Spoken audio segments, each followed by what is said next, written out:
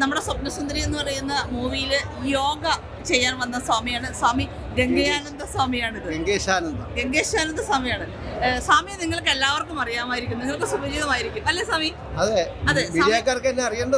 സ്വാമി വിവാദമായൊരു സ്വാമിയാണ്. സ്വാമി ആദ്യമായിട്ട് അഭിനയിക്കുന്ന പടമാണ് സ്വപ്നസുന്ദരി എന്ന് പറയുന്ന ഒരു മൂവി. അതേക്കുറിച്ച് എന്താണ് സ്വാമിക്ക് പറയാനുള്ളത്?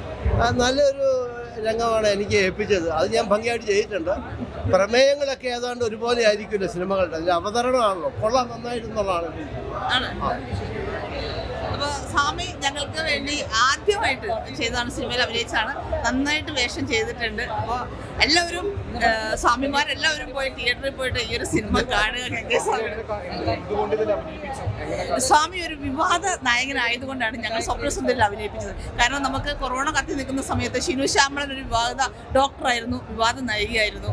അതുപോലെ ഡോക്ടർ രജിത് കുമാർ ഒരു വിവാദമായിരുന്നു. അങ്ങനെ വിവാദമുള്ള ആളുകളെ വെച്ചിട്ടാണ് നമ്മൾ മാക്സിമം ഇതിനകത്തേക്ക് നമ്മളൊന്ന് ബൂസ്റ്റ് ആവാൻ വേണ്ടി ചെയ്തതാണ്. അപ്പോൾ സ്വപ്നസുന്ദരി എന്ന് പറയുന്ന പേരും അതേപോലെ സ്വപ്ന സുരേഷിൻ്റെ ആ ഒരു പ്രശ്നം കത്തി നിൽക്കുമ്പോഴാണ് നമ്മൾ സ്വപ്നസുന്ദരി എന്ന് പേരിട്ടത്. ആദ്യം ഇതിന് മഞ്ചാടിക്കുന്നാണ് പേരിട്ടത്. അപ്പോൾ അങ്ങനെ നമ്മൾ ചെയ്ത ഒരു പടമാണ്. അങ്ങനെയാണ് നമ്മൾ ഈ സ്വാമിയെ തേടി പോകുന്നതും അങ്ങനെ സ്വാമിയെ കണ്ടുപിടിക്കുന്നതും. ഓക്കെ, ഇത് എൻ്റെ വേഷം മാറാനൊന്നും പറ്റത്തില്ല. ഈ വേഷത്തിലൊക്കെയാണ് അഭിനയിക്കുന്നത്, ക്യാരക്ടർ റോളൻസിൽ.